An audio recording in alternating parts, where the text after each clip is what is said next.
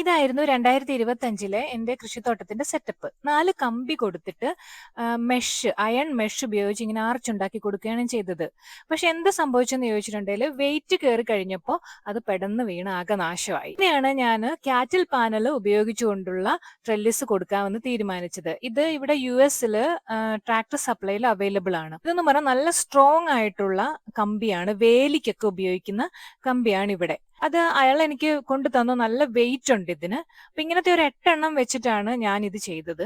അപ്പൊ ചെയ്തപ്പോഴ് ഒരു 4 ടീ പോസ്റ്റുകള് ഇങ്ങനെ ഞാൻ കുത്തി കൊടുത്തിട്ട് നല്ല ആഴത്തിൽ കുത്തി ഇറക്കിയ ശേഷം ഇങ്ങനെ ഒരു സൈഡില് അത് സിപ് ടൈ ഉപയോഗിച്ചിട്ട് ഇരുമ്പിന്റെ സിപ് ടൈയോ അല്ലെങ്കിൽ എന്തെങ്കിലും നല്ല സ്ട്രോങ് ആയിട്ടുള്ള സാധനങ്ങളോ കൊണ്ട് കെട്ടിയിട്ട് മറ്റേ സൈഡ് മെല്ലെ വളച്ചെടുക്കുകയാണ് ചെയ്തത്. നന്നായി കഷ്ടപ്പെട്ടു അതൊന്ന് സെറ്റ് ചെയ്യാൻ വേണ്ടിയിട്ട് കേട്ടോ. കാരണം എന്താന്ന് വെച്ചാൽ ഒരാൾ തന്നെ ചെയ്യല് ഭയങ്കര പാടാണ്.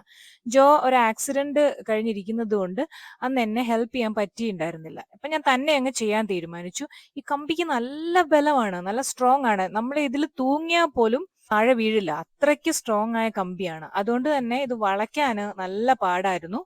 ഞാന് സിപ് ടൈ കൊണ്ട് ഒരു വശം കെട്ടിയിട്ട് ഇത് തെറിച്ചു പോരാതെ വളരെ കഷ്ടപ്പെട്ടാണ് ഇങ്ങനെ വളച്ചെടുത്തത്.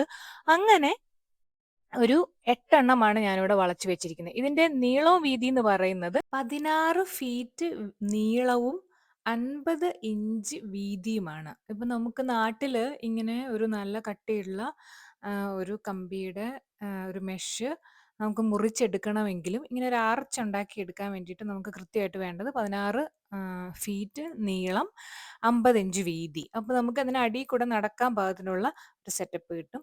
പിന്നീട് ഞാനിത് കംപ്ലീറ്റ് ആയിട്ട് പെയിന്റ് ചെയ്യുക ചെയ്തത്. കാരണം ഇത് നമുക്ക് പെയിന്റ് ചെയ്ത് കഴിയുമ്പോൾ ആ ഒരു സ്റ്റീൽ ലുക്ക് അങ്ങ് മാറിയിട്ട് അത് ഒരു ഡിസപ്പിയർ ആയ പോലെ ഉണ്ടാവും. അപ്പോൾ അത് കൂടുതൽ നന്നാവും. അതുപോലെ തന്നെ കൂടുതൽ ഡ്യൂറബിലിറ്റിയും കിട്ടും. നമ്മളിങ്ങനെ വെയില്, മഴയൊന്നും കൊണ്ട് അത് തുരുമ്പിച്ചു പോകാതെ ഇരിക്കും.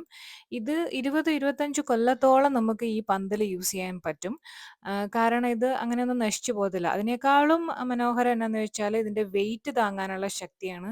എന്റെ മത്തനൊക്കെ ഇതേലാണ് ഞാൻ കയറ്റി വിടാറ്. നമ്മളതേ തൂങ്ങിയാൽ പോലും അത് താഴെ പോവില്ല. അത്രയ്ക്കും വെയിറ്റ് താങ്ങും. ഞാനിത് സെറ്റ് ചെയ്ത് അധികം താമസിക്കുന്നതിന് മുമ്പ് ഞങ്ങളുടെ വീടിന്റെ തൊട്ടടുത്ത് നിന്ന് വലിയൊരു ഓക്ക് മരം ഇതിന്റെ മണ്ടയിലേക്ക് വീണ് കംപ്ലീറ്റ് നാശമായി പോയി.